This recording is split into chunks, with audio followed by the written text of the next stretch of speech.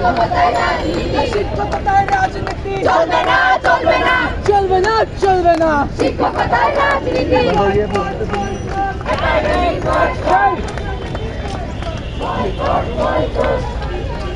আর আমাদের শিক্ষকেরা কি করেছেন? তারা টেলিভিশনে গিয়ে টকশোতে গিয়ে বলে এসেছেন যে এই আন্দোলন নাকি দুষ্কৃতিকারীরা করেছে।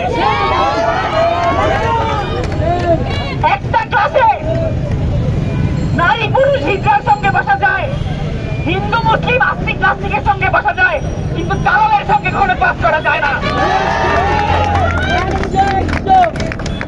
একজন শিক্ষক যিনি উপাচার্য ছিলেন একটা বিশ্ববিদ্যালয়ে, ডক্টর ওয়াহিদুজ্জামান চান, আমরা নাম নিচ্ছি, তার নামে দুদকে মামলা আছে, তদন্ত চলমান। তিনি শিক্ষক নিয়োগের দুর্নীতির দায়ে ওই বিশ্ববিদ্যালয় থেকে অপসারিত হয়েছেন। একটা বিশ্ববিদ্যালয় থেকে বহিষ্কার করে এনে তাকে দেশের সর্বোচ্চ বিদ্যাপীঠে বসানো হয়েছে। কোন সিন্ডিকেটের মাধ্যমে আমরা তা জানতে চাই।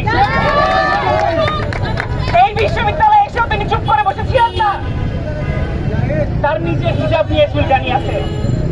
তাই হিজাব পরেই তো শিক্ষার্থীদের উপর তিনি ক্রমাগত আক্রমণ করে যান। এর আগে তিনি হিজাব নিয়ে বিতর্কিত মন্তব্য দিয়ে সারা দেশব্যাপী সমালোচিত হয়েছিলেন।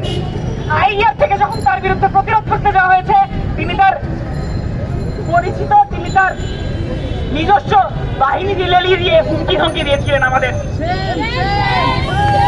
আমরা জানি এই বিশ্ববিদ্যালয়ে আইয়ারে যতগুলো অবৈধ দুর্নীতি নিয়োগ হয়েছে প্রত্যেকটার সাথে ডক্টর ওয়াহিদুজ্জামান চানের নাম জড়িয়ে আছে।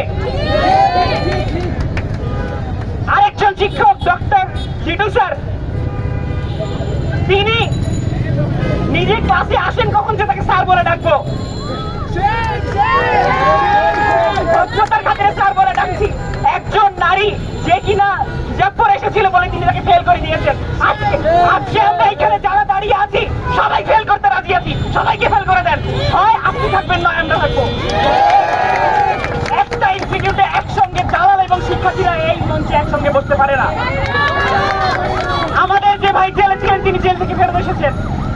আমরা কথা দিচ্ছি, কোন শহীদের রক্তের সঙ্গে বেইমানি করে, কোন জেল খাটা ভাইদের সাথে বেইমানি করে আমরা দালালদের সঙ্গে এক পাশে ফিরবো না।